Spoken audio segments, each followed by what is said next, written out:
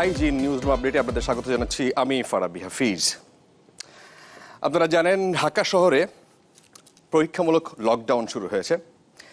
কারো চাওয়া কোক, কারো ফেয়ার অ্যান্ড লাভলি, রাত 12টার পরে তাও কেউ কেউ চাইছেন ফোন করে যে আমাকে একটা ব্রণের ক্রিম দেন, কেউ কেউ বলছেন যে আমাকে একটা ঝাড়ু এনে দেন রাত 12টার পরে, কেউ চাইছেন কোক, চিপস। কাউন্সিলর বলছেন যে এইসব আবদারও তারা পূরণ করছেন স্বেচ্ছাসেবকদের মাধ্যমে। তারা বলছেন যে এরপরও যদি লকডাউন কার্যকর হয় পরিস্থিতির উন্নতি হবে। রাশেদ নিজাম একটি রিপোর্ট করেছেন। করোনার গতিরোধে প্রথম এলাকা হিসেবে জনবহুল পূর্ব রাজাবাজারকে রেড জোন ঘোষণা করে প্রশাসন। গত 10 জুন থেকে আনুষ্ঠানিকভাবে লকডাউন চলছে 50,000-এরও বেশি মানুষের এই এলাকায়। সবাইকে ঘরে রাখার আপ্রাণ চেষ্টা স্থানীয় প্রশাসনের। বাসিন্দাদের চাহিদা মতো কিনে আনা মুরগিও কেটে দিচ্ছেন স্বেচ্ছাসেবকরা। ফোন করে একজন মধুফল লিচু চাইলে তাও জোগাড়ে ব্যস্ত এলাকার জন্য নিবেদিত মানুষগুলো।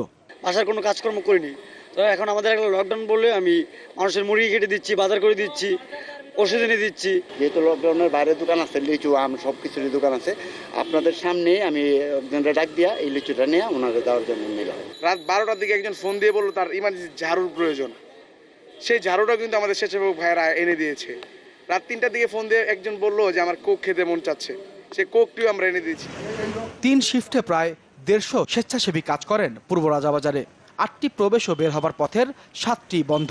আইবিএ হোস্টেলের পাশের গেটটি দিয়েই ঢোকা বেরোনো। একবেলায় 50 জন করে প্রত্যেকটি অলিতে গলিতে চক্কর দেন তারা। কখনো কখনো বাসিন্দাদের আজব আবদার পূরণ করেও স্বস্তি তাদের কণ্ঠে। আমরা বিশ্বাস করি এটা একটা যুদ্ধক্ষেত্র। এই যুদ্ধক্ষেত্রে আসার পরে মানুষের যে পিজা খেতে ইচ্ছা করে এটা জানা ছিল না আমার। আর তাও রাত 12টায় কারো যেন রাত্রেবেলা ব্রয়লার মুরগি দিয়ে তার বারবিকিউ করতে ইচ্ছা করে এটা আমার জানা ছিল না। কারো হয়তোবা ব্রণের ক্রিম রাত্রেবেলা দরকার হয়, তাও রাত্রে 1টার সময়। সে নিজে জানে না সেটার মূল্য কত, অর্থাৎ সে প্রিভিয়াস এটা ব্যবহার করেনি। মানে আমার একটু সিগারেট কিনতে হবে, এই জন্য অনেক ধরনের অভিজ্ঞতা হয়েছে যে হাস্যকর। যেমন একজন লোক আমার পত্রিকা কিনতে হবে, তারপর ওনাকে এখানে দাঁড়া করে আমি গিয়ে ফার্ম গেট থেকে পত্রিকা এনে দিচ্ছি। অনেকে পেশেন্ট কল দেয় ওষুধের জন্য, প্রয়োজনীয় জিনিস। আবার অনেকে কল দেয় চিপস এনে দেওয়ার জন্য, কোক এনে দেওয়ার জন্য, তাও রাত 3টা-4টা বাজে। গড়ে প্রায় 300 জন বাসিন্দা প্রতিদিন নানা কাজে বের হন রাজাবাজার থেকে। তবে জরুরি কাজ ছাড়া মজাদার অনেক বিষয়ের অভিজ্ঞতা হয়েছে স্বেচ্ছাশ্রম দেয়া মানুষগুলোর। কিছু ব্যাপার আছে, রাত 2টার সময় একজন ফোন করে বললো আমার ফেয়ার অ্যান্ড লাভলি লাগবে। রাত 2টার সময় কেউ ফেয়ার অ্যান্ড লাভলি লাগতে পারে না। রাত 3টার সময় একজন ফোন করে বললো আমার শ্যাম্পু লাগবে। রাত 12টার সময় ফোন করে আমার বললো যে আমার জর্দা লাগবে। তো কিছু কিছু মানুষ আছে যারা আসলে ডিস্টার্ব করে, কেন করে আমি জানি না। এটা আমরা যেটা করছি সবার জন্যই করতেছি। আরো কিছু ফোন আসে যেগুলো আপনাদের আমার বলতেও লজ্জা লাগে যে মানুষ কিভাবে এই চাহিদাগুলোর কথা আমাদের কাছে বলে। পূর্ব রাজাবাজারের লকডাউন প্রক্রিয়া নিয়ে স্থানীয়দেরও রয়েছে মিশ্র প্রতিক্রিয়া। ওরা তো very very cordial to us, মানে তারা যা বলতে তারা করে দিচ্ছে। এই যে আমার মুরগি কেটে দিল সামনে আমার। হাজারো রিকোয়েস্ট করার পরেও তারা বের হইতে দেয় না, বা আমি ফোনে কথা বলা দিতে চাইলেও কারোর সাথে এটা অ্যাকসেপ্টেবল হয় না। গেটে মোটামুটি ভালোই পাচ্ছে, তবে দাঁড়াই থাকাটা আমাদের জন্য একটু সমস্যা হয়ে যায় মাঝে মাঝে। পরীক্ষামূলক হলো রাজধানীর রেড জোন প্রক্রিয়ার অন্যতম বড় উদাহরণ এই পূর্ব রাজাবাজার। গত কয়েকদিনে লকডাউন প্রক্রিয়ায় কাজ করতে গিয়ে বেশ কিছু অম্লমধুর অভিজ্ঞতার মুখোমুখি হয়েছে এখানকার স্বেচ্ছাসেবীরা। তারা বলছেন প্রয়োজনে সবাই ঘরে থাকুন, তারপরও সুই থেকে সুতা পর্যন্ত হলেও পৌঁছে দেবেন তারা। রাশেদ নিজাম, চ্যানেল 24, ঢাকা।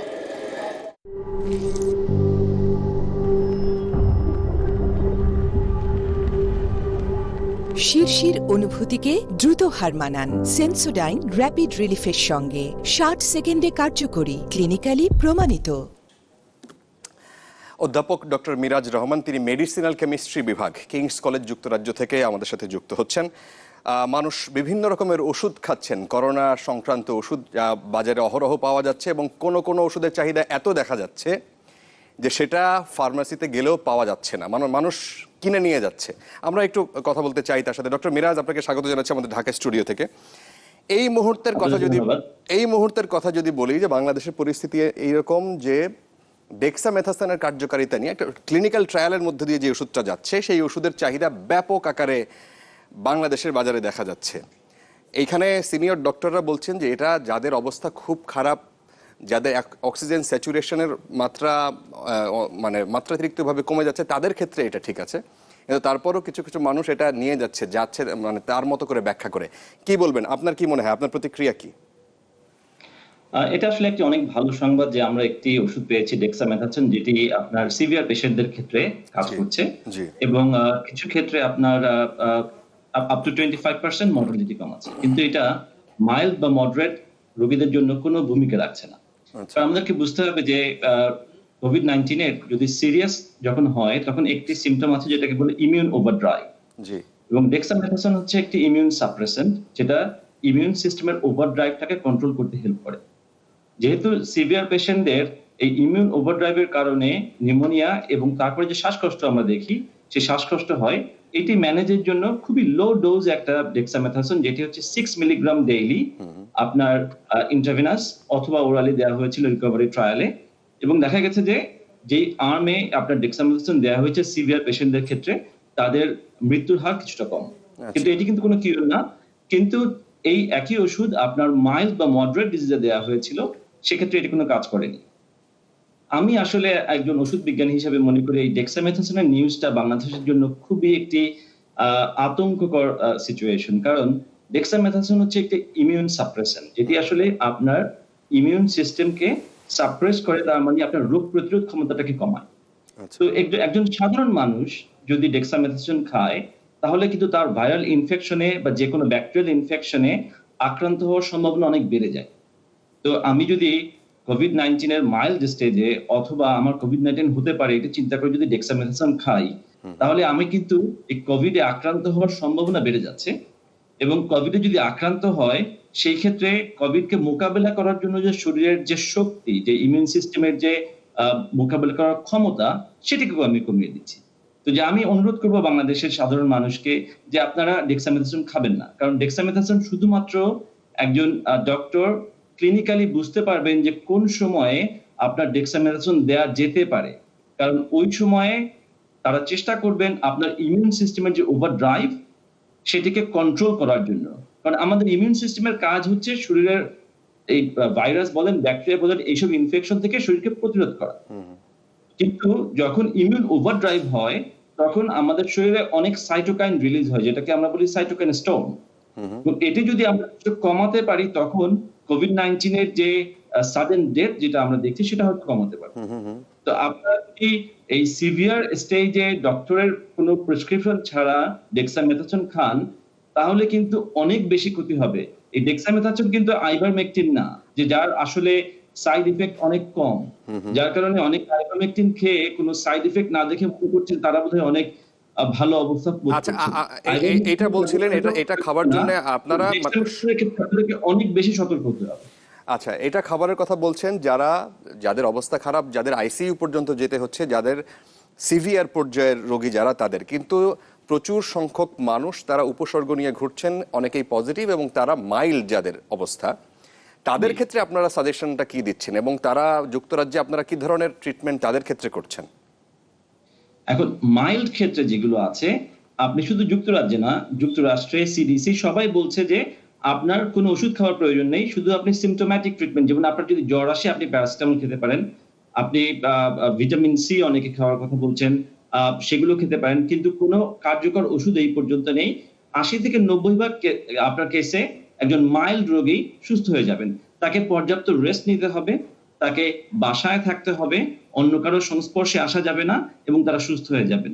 অতএব কোনো মাইল্ড এবং মডারেট কেসে এমন কোনো ওষুধ নেই এই মুহূর্তে যেটি আসলে আমরা কোভিড-19 কিউরের ক্ষেত্রে ব্যবহার করতে পারি। আচ্ছা, কেউ অতিরিক্ত প্রোটেকশনের জন্য নিজে নিজে অনেক ধরনের ওষুধ এখন সোশ্যাল মিডিয়ায়ও প্রেসক্রিপশন পাওয়া যাচ্ছে, সে বিষয়টা নিয়ে আমরা কথা বলতে চাই। আমরা ছোট্ট একটা বিরতি থেকে দর্শক ফিরে আসছি, তারপরে কথা হবে। Mister hygiene news room update আপনারা দেখছেন চ্যানেল 24 এর পর্দায়।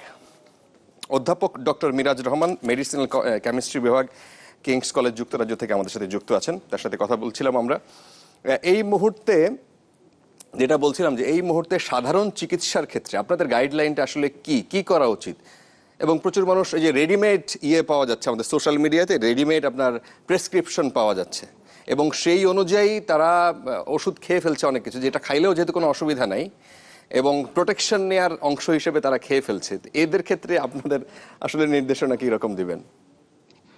আসলে আমি খুব সাবধানে বলতে চাই যে যেহেতু বাংলাদেশ আসলে অন্যান্য অনেক দেশের চাইতে ডিফারেন্ট, আপনার আমরা অনেক ওষুধ নিয়ে এখন ট্রায়াল করছি এবং অনেক ক্ষেত্রে অনেক খুবই ভালো কিছু রেসপন্স দেখছি, কিন্তু সেই ওষুধের নাম আপনার বলা হলে বা মিডিয়াতে যখন আসে, সাথে সাথে বাংলাদেশে দেখা যাচ্ছে মিডিয়া, টিভি বলেন, সংবাদপত্র বলেন, সেগুলোকে ফলো করে প্রচার করছে, যেহেতু আপনার করোনা ভাইরাসের ব্যাপারে সবাই উদ্বিগ্ন। না, আপনার ইউকে বলেন, যুক্তরাজ্য বলেন, যুক্তরাষ্ট্র বলেন, সব দেশে যেটা হচ্ছে যে এইসব ওষুধগুলো শুধুমাত্র প্রেসক্রিপশনের মাধ্যমে অ্যাভেলেবল। আপনার একটা ক্লিনিক্যাল সেটিং এ হাসপাতালে যে সেই ডক্টরগুলো তাদের ক্লিনিক্যাল সিমটম বুঝে ব্যবহার করতে পারে। বাংলাদেশে যখন সেই ওষুধের নাম চলে যায়, যেহেতু বাংলাদেশের ওষুধ সেক্টরে কোনো প্রেসক্রিপশন কন্ট্রোল নেই, যে কোনো মানুষ একটা ওষুধের দোকানে যে ওষুধ কিনে ফেলে এবং সেলফ মেডিকেট করে, নিজের ওষুধ নিজে খেয়ে ফেলছে, এবং যার ফলে এই করোনা ভাইরাস ছাড়াও অন্যান্য রোগের ক্ষেত্রে মানুষের মৃত্যুর ঝুঁকিটা অনেক বেশি। তো আমি শুধু বলতে চাই যে উন্নত দেশে এবং বাইরে কোভিড-19 প্যান্ডেমিক কিন্তু গ্লোবাল প্যান্ডেমিক, সব জায়গায় এটি এফেক্টেড হচ্ছে। সাধারণত মাইল্ড কেসে সবাই বাসায় বসে চিকিৎসা নিচ্ছেন, সেই ক্ষেত্রে এমন কোনো ওষুধ নেই, আপনার যেমন প্যারাসিটামল বলেন, আইবুপ্রোফেন ছাড়া এর বাইরে কিন্তু অন্য কোনো ওষুধ খাওয়া হচ্ছে না।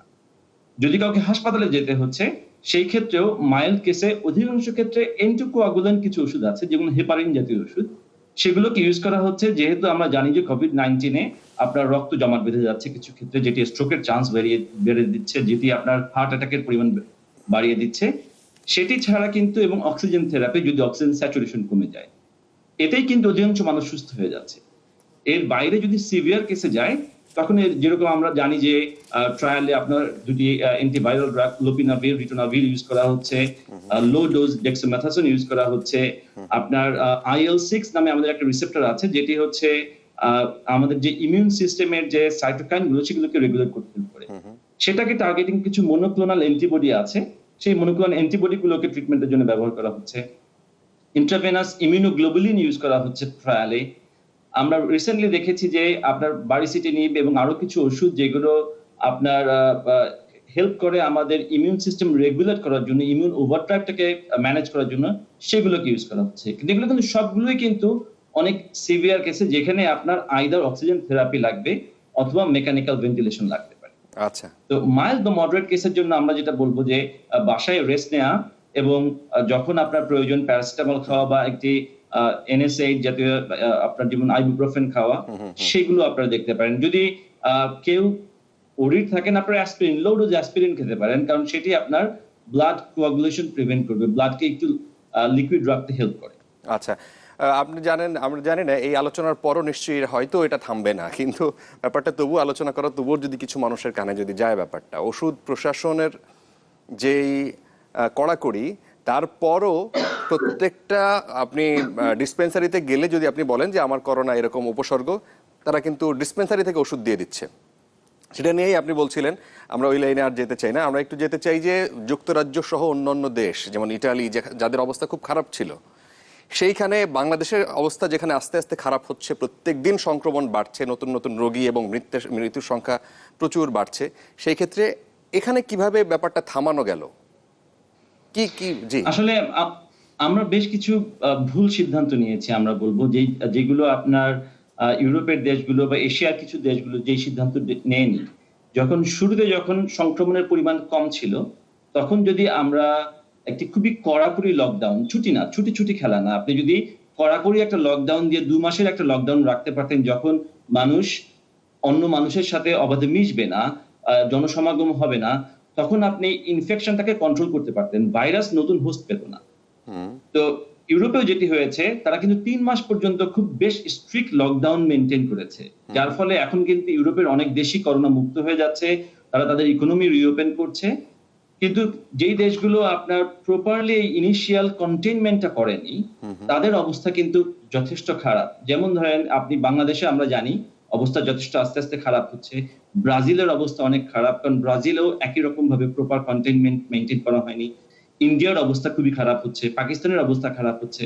তো যে সিচুয়েশন হয়েছে এখন আপনার, যে মাস পপুলেশনে নাম্বার অফ ইনফেক্টেড পিপল অনেক বেশি, এবং যার ফলে আমাদের দেশে যদি এখনো প্রপার লকডাউন হচ্ছে না, তো তারা কিন্তু অন্য মানুষের সংস্পর্শে আসছে, এবং এই ভাইরাসের একটি সবচাইতে বড় সমস্যা হচ্ছে এটি খুব কন্টাজিয়াস, একটা মানুষের কাছ থেকে আরেকটা মানুষের খুব সহজে ছড়ায়, যেটাকে আমরা বলি R0 নাম্বার, অনেক ক্ষেত্রে 3 বা 4 পর্যন্ত। তার মানে একটা মানুষ থেকে 4টা মানুষ হতে পারে, এবং এভাবে 10টা ইন্টারাকশন হলে একটা মানুষ থেকে 500 মানুষ আক্রান্ত হতে পারে। আচ্ছা আচ্ছা, আপনার কাছে অনেকগুলো প্রশ্ন ছিল, আমাদের হাতে সময়ও কম, কিন্তু একটা প্রশ্ন আমার করতেই হয়, সেটা হলো যে যারা একবার আক্রান্ত হয়েছেন তারা এখন আবার নেগেটিভ এবং আবার সুস্থ, তারা কি আরো একবার আক্রান্ত হচ্ছেন এরকম, আপনারা যেহেতু ডিরেক্টলি এদেরকেই ট্রিটমেন্ট করছেন? এটির সম্ভাবনা খুবই কম। বুঝছেন, আমরা যেটা দেখেছি উন্নত বিশ্বে, যে যেরকম কিছু ফলস পজিটিভ এসেছে, তাদের হয়তো কিছু ভাইরাস আরএনএ ম্যাটেরিয়াল, যে নিউক্লিক অ্যাসিড যেটা ছিল সেটা কিছু রেসিডুয়াল ম্যাটেরিয়াল ছিল, লাইভ ভাইরাস নয়। তো যার ফলে তাদের দ্বিতীয়বার হয়তো পজিটিভ এসেছে, যার ফলে প্রথমবার আক্রান্ত হলে দ্বিতীয়বার আক্রান্ত হওয়ার ব্যাপারে উদাহরণ খুব একটা নাই বললেই চলে। আমরা এখনো সম্পূর্ণরূপে জানি না, কিন্তু আমি 95% কনফিডেন্স নিয়ে বলতে পারি যে এখন পর্যন্ত যে ডেটা আছে তাতে দ্বিতীয়বার আক্রান্ত হওয়ার সম্ভাবনা কম। আচ্ছা, আমরা একটু ভ্যাকসিনেশনের ব্যাপারটা, আচ্ছা ভ্যাকসিনেশনের ব্যাপার, ফলস পজিটিভ মনে করা হয় যে তার আক্রান্ত হয়েছে, কিন্তু আসলে আক্রান্ত হয়নি, পরবর্তীতে তারা আক্রান্ত হচ্ছে, এরকম কিছু ঘটনা। আচ্ছা, ভ্যাকসিনেশন যদি নিয়ে একটু খুব সংক্ষেপে বলেন যে কবে নাগাদ বাংলাদেশ পর্যন্ত আসতে পারে, আমরা পেতে পারি? আচ্ছা, ভ্যাকসিনের কিন্তু অনেক ভালো, খুব উৎসাহবাঞ্জক কিছু খবর আছে। মডার্না শুরু করছে আপনার জুলাইতে ফেজ 3 ক্লিনিক্যাল ট্রায়াল, তারা ডোজ ঠিক করেছে 100 মাইক্রোগ্রাম। জনসন এন্ড জনসন জুলাইতে শুরু করছে phase 3 trial. Imperial vaccine preclinical data খুবই ক্লিন, এরাও আপনার এই জুনের শেষ থেকে জুলাইয়ের শুরুতে ক্লিনিক্যাল ট্রায়াল শুরু করছে। তো আমরা মনে করছি যে নভেম্বরের মধ্যে আমরা ভ্যাকসিনের ব্যাপারে খুব ভালো একটা অবস্থানে পৌঁছে যাব। অক্সফোর্ড এবং অ্যাস্ট্রাজেনেকা তারা অলরেডি মাস প্রোডাকশন করছে vaccine up to 2 billion dose, যাতে যেটা আসার সাথে সাথে তারা যাতে একটা মাস ইমিউনাইজেশনে যেতে পারে। তো আমি মনে করি যে বাংলাদেশে ভ্যাকসিন আসতে আপনার আগামী বছরের মার্চ এপ্রিল পর্যন্ত লাগতে পারে, কারণ এরকম একটা সময় লাগবে আপনার বিশ্বের সব জায়গাতেই পৌঁছে। আচ্ছা, অনেক ধন্যবাদ অধ্যাপক ডক্টর মিরাজ রহমান আমাদের সাথে যুক্ত হবার জন্য। তিনি যুক্তরাজ্য থেকে আমাদের সাথে যুক্ত হয়েছিলেন। দর্শক, মিস্টার হাইজিন নিউজরুম আপডেটে সময় আছে আর একটা ছোট্ট বিরতির, ফিরছি একটু পর।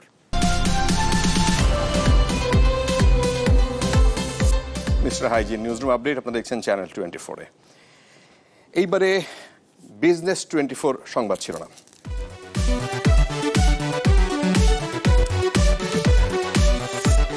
আগামী বছরের দুই প্রান্তিকেই করোনার ক্ষতি পুষিয়ে নেবে বাংলাদেশ, বলছে এডিবি।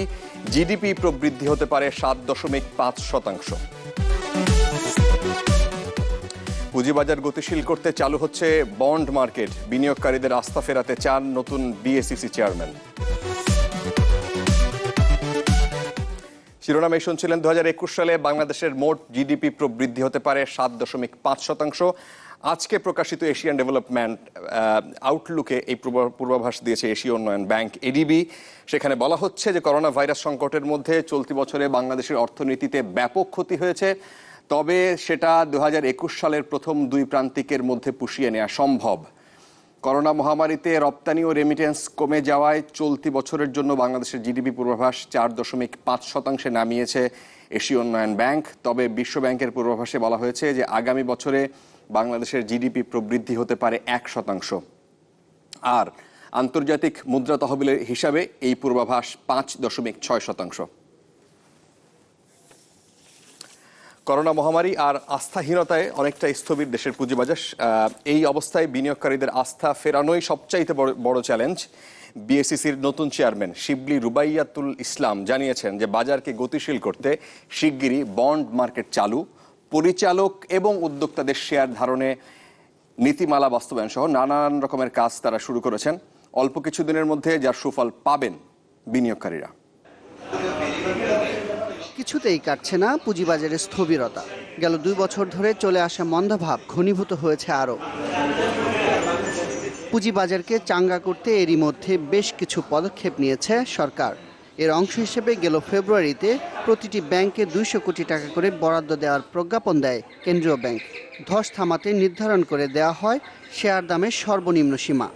আস্থা ফেরাতে পরিবর্তন আনা হয় নিয়ন্ত্রক সংস্থায়, কিন্তু সব চেষ্টায় ভেস্তে গেছে করোনা মহামারীতে। রেজাল্টটা আমরা যেভাবে আশা করছিলাম সেটা আনতে পারছি না করোনা পরিস্থিতির জন্য। তারপরও বিনিয়োগকারীদের আশার কথা শোনালেন নিয়ন্ত্রক সংস্থার নতুন চেয়ারম্যান। জানান বাজার ভালো না হওয়া পর্যন্ত থাকবে ফ্লোর প্রাইস। তাছাড়া পরিচালকদের ব্যক্তি পর্যায়ে 2% ও সম্মিলিতভাবে 30% শেয়ার ধারণের শর্ত পূরণে দেওয়া হয়েছে চিঠি। আমি দায়িত্ব নেওয়ার পর বাংলাদেশ ব্যাংকের গভর্নর সাহেবের সাথে দেখা করি। ওনার খুবই আন্তরিকতা আছে এবং উনি সেইভাবে ব্যাংকগুলোকে চিঠি দিয়েছেন যে বিনিয়োগ করে জানানোর জন্য, এবং ডেইলি মনিটরিংয়েরও একটা ব্যবস্থা করেছেন। আমরা চেষ্টা করছি আগে ডিমান্ড সাইডটা ইমপ্রুভ করার জন্য যত রকমের মেজার্স নেওয়া যায় নেওয়া। যখন একটু ইমপ্রুভ করা শুরু করবে, ওই আপনারা দেখবেন যে একসময় আপনারা বুঝতেও পারবেন না যে ফ্লোর প্রাইস কখন চলে গেছে। কালো টাকা বিনিয়োগের 3 বছরের শর্ত, কর্পোরেট কর হার সহ বাজেট প্রস্তাবনার অনেক বিষয় নিয়ে অর্থমন্ত্রীর সাথে কথা হয়েছে বিএসসি চেয়ারম্যানের। জি, আমি অর্থমন্ত্রীর সাথে কথা বলেছি, তো উনি বলেছেন যে 2-1 দিনের মধ্যে উনি আমার কাছ থেকে বিস্তারিত শুনবেন। তার ওনাদের কাছে অন্যান্য যেসব ইস্যুজ আছে এই ব্যাপারে বাজেট রিলেটেড, সেগুলো আমরা তুলে ধরবো। কারণ বিএসসিসি চেয়ারম্যান জানান, আর কোনো দুর্বল কোম্পানি পুঁজিবাজার থেকে টাকা তুলতে পারবে না। আগামী 1 মাসের মধ্যে চালু হবে বন্ড মার্কেট। খুব শিগগিরই আমরা 4-5টা ব্যাংকের বন্ড ছেড়ে দিচ্ছি। আমরা আশা করছি যে সুকুক যে ইসলামিক বন্ড, সেটাও আমরা খুব শিগগিরই 2-1টি ছাড়তে পারবো। কারসাজির উদ্দেশ্যে সামাজিক যোগাযোগ মাধ্যমে গুজবের বিরুদ্ধে আইন শৃঙ্খলা বাহিনী শিগগিরই ব্যবস্থা নেবে বলেও জানান পুঁজিবাজারের অভিভাবক। আনিসুর রহমান, চ্যানেল 24, ঢাকা। বিশ্বব্যাংকের সাবেক lead economist doctor Zahid Hossain আমাদের সাথে এই মুহূর্তে যুক্ত হচ্ছেন। ডক্টর জাহিদ হোসেন, আপনাকে স্বাগত জানাচ্ছি আমাদের স্টুডিও থেকে। আপনি হয়তো খবরে শুনছিলেন বা আপনি নিশ্চয়ই জানেন যে চলতি অর্থ বছরে বাংলাদেশের জিডিপি প্রবৃদ্ধি 4.5% এবং পরের অর্থ বছরে তা 7.5% হবে, এবং আপনি আমাদের অর্থমন্ত্রীর যে উচ্চাশা সেটা সম্পর্কেও ওয়াকিবহাল। এই প্রেক্ষিতে আপনার মতামত শুনি, আদৌ সম্ভব? হলে তো ভালো, এখন সম্ভব কিনা সেটা বুঝতে হলে এই যে প্রাক্কলনগুলি করা হয়েছে সেটার পিছনে কি ধরা হয়েছে, জি, দুটো বিষয় তুলে ধরতে চাই। একটা হলো যে বিশ্ব অর্থনীতিকে ঘুরে দাঁড়াতে হবে। জি, এখন যে মন্দাটা যাচ্ছে, মানে ওরা নেগেটিভ গ্রোথ আছে, সেটা একটা বড় পজিটিভ দিকে যেতে হবে। আর দ্বিতীয় হলো বাংলাদেশের শিল্প খাতকে ঘুরে দাঁড়াতে হবে। তাহলে 7.5 বা আমাদের মাননীয় অর্থমন্ত্রী যা এক্সপেক্ট করছেন সেইটার একটা অন্তত জায়গা তৈরি হবে। এখন ফ্যাক্ট কি বলে, হলে তো ভালো, আমরা সবাই আশা করি এটা হবে। আপনার প্রশ্ন ছিল সম্ভব কিনা। সম্ভবটা বুঝতে গেলে ইদানিং কালের ডেটার দিকে একটু নজর দিতে চাই। এই ফেব্রুয়ারির পর থেকে আপনার প্রবৃদ্ধির সাথে সম্পৃক্ত যে কোনো সূচকের কথা বলেন, সেটা এক্সপোর্ট বলেন, মূলধনী যন্ত্রপাতির আমদানি বলেন, ট্যাক্স রেভিনিউ বলেন, ক্রেডিট প্রবাহ, প্রত্যেকটা রেমিটেন্স, প্রত্যেকটা ক্ষেত্রে প্রতি মাসে মার্চ, এপ্রিল, মে, জুন এ পর্যন্ত মেয়ের যে ডেটাগুলি আছে, মার্চ ফেব্রুয়ারির চাইতে খারাপ, এপ্রিল মার্চের চাইতে খারাপ, মে এপ্রিলের চাইতে খারাপ। নিম্নগামী প্রবণতা সব কয়টা সূচকে দেখা যাচ্ছে। এটা অবাক হবার কিছু নাই, কারণ ফেব্রুয়ারির পরে কি ঘটেছে, বিশ্বে কি ঘটেছে ফেব্রুয়ারির আগে আমাদেরকে, এটা তো আমরা সবাই জানি। প্রশ্ন হচ্ছে যে যেই কারণে এটা ঘটেছে এবং এর অর্থনীতির প্রভাব তো 2 জায়গায়। একটা হলো আপনার সরবরাহ উৎপাদন চেইন তো বাধাগ্রস্ত, এই লকডাউন, হলিডেজ ইত্যাদি বিভিন্ন ধরনের মেজার্স বিশ্বে যেমন নেওয়া হয়েছে, আমাদের দেশেও নেওয়া হয়েছে। আস্থার ঘাটতি হয়েছে, মানে বিনিয়োগকারীদের আস্থা বলেন বা ভোক্তা ব্যয় যারা করেন তাদের আস্থা বলেন, সেটা চাহিদাকে এফেক্ট করেছে। আচ্ছা, কেন করেছে? ভাইরাস এসেছে। সেই অবস্থার পরিবর্তনটা আগামীতে কতটা হবে, কত দ্রুত হবে, এইটা এখন খুবই অনিশ্চিত। আচ্ছা, সেই ক্ষেত্রে বাংলাদেশের একজন অর্থনীতিবিদ হয়ে আপনাকে কোনো বিষয় কি এই করোনা ভাইরাসের কারণে কোনো বিষয়, কোন বিষয়, যদি 1-2টা বিষয় বলা হয়, সেই 2টা বিষয় কি হবে যেটা আপনাকে উদ্বিগ্ন করে তোলে, আমাদের চ্যালেঞ্জের জায়গাটা? হ্যাঁ, সেটা খুবই ভালো প্রশ্ন এবং সময় উপযোগী প্রশ্ন। কারণ 1 নম্বর হচ্ছে প্রবৃদ্ধি নিয়ে এই অবসেশন, এইটার থেকে আমাদের বের হতে হবে। কারণ আমাদেরকে মনে রাখতে হবে একটা অর্থনৈতিক এবং স্বাস্থ্য দুর্যোগের মধ্যে আছে। কাজে এখানে প্রায়োরিটিটা কি, প্রবৃদ্ধির বেড়াজাল থেকে বেরিয়ে কি করতে হবে সেটা। একটা হলো ভাইরাসটা যেন লাগামহীন হয়ে না যায়, এটা নিশ্চিত করতে হবে। এবং অর্থনীতির এই সংকটকালীন অবস্থায় যারা একেবারে অসহায়, ক্ষুধার ঝুঁকিতে আছেন বা জীবিকার ঝুঁকিতে আছেন তাদের পাশে দাঁড়াতে। নিত্যপণ্য যে সাপ্লাই চেইন সেবা এটা যাতে চলে সেটা নিশ্চিত করতে হবে, এবং সেখানে এই লকডাউন বিভ্রান্তি থেকে আমাদের বের হতে হবে। কোথায় লকডাউন হবে, কিভাবে লকডাউন হবে, আমি বাজার করতে পারবো কিনা, অফিস খোলা রাখতে পারবো কিনা, এই যে একটা অনিশ্চয়তা যাচ্ছে, এগুলি আমাকে উদ্বিগ্ন করে তোলে। এটা থেকে যদি আমরা বেরিয়ে যেতে না পারি, ভাইরাস তো বসে নেই, ভাইরাস তো তার কাজ করেই যাচ্ছে। সেই সাথে নতুন যে সুযোগগুলি তৈরি হচ্ছে সেগুলো কাজে লাগাতে হবে। এই যে সেটা ম্যানুফ্যাকচারিং এ তৈরি হয়েছে, যেন মাস্ক, পিপিজি, ভেন্টিলেটর বা অক্সিজেন, এই যে নতুন পণ্যের চাহিদা দেশে তৈরি হয়েছে, বিদেশে তৈরি হচ্ছে, এবং ইন্টারনেট বেসড সার্ভিসেস, এখানেও তো আমরা দেখেছি এগুলো ছাড়া তো আমরা বর্তমানে যে অবস্থায় আছি তার চেয়ে তার আরো অনেক খারাপ অবস্থা। আচ্ছা,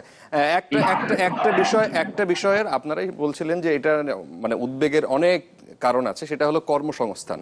এই কর্মসংস্থান নিয়ে মানুষেরও চিন্তার শেষ নাই। যদি একটু ছোট করে বলেন যে এই বিষয়টা নিয়ে আপনি কি মনে করেন, কোন দিকে যাচ্ছি আমরা, কি পরিমাণ মানুষ বেকার হতে যাচ্ছে বা আশঙ্কা? জি, প্রথম বিষয় হচ্ছে ফেব্রুয়ারি পর্যন্ত আপনি যদি, আমরা তো কর্মসংস্থান ইনফর্মাল সেক্টর এবং ফর্মাল সেক্টর দুই ভাগে ভাগ করতে পারি।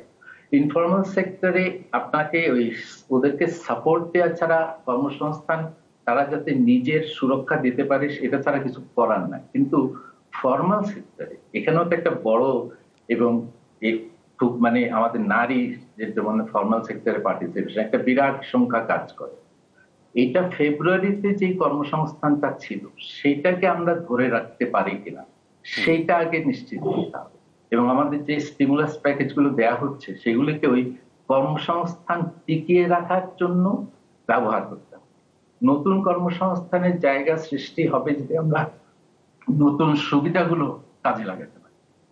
সেইটা কিন্তু দ্রুত হবে না, আগে টিকিয়ে রাখা, তারপরে যেগুলো লস হয়েছে সেটাকে মেক আপ করার জন্য কি করতে হবে সেটা নির্ধারণ করা।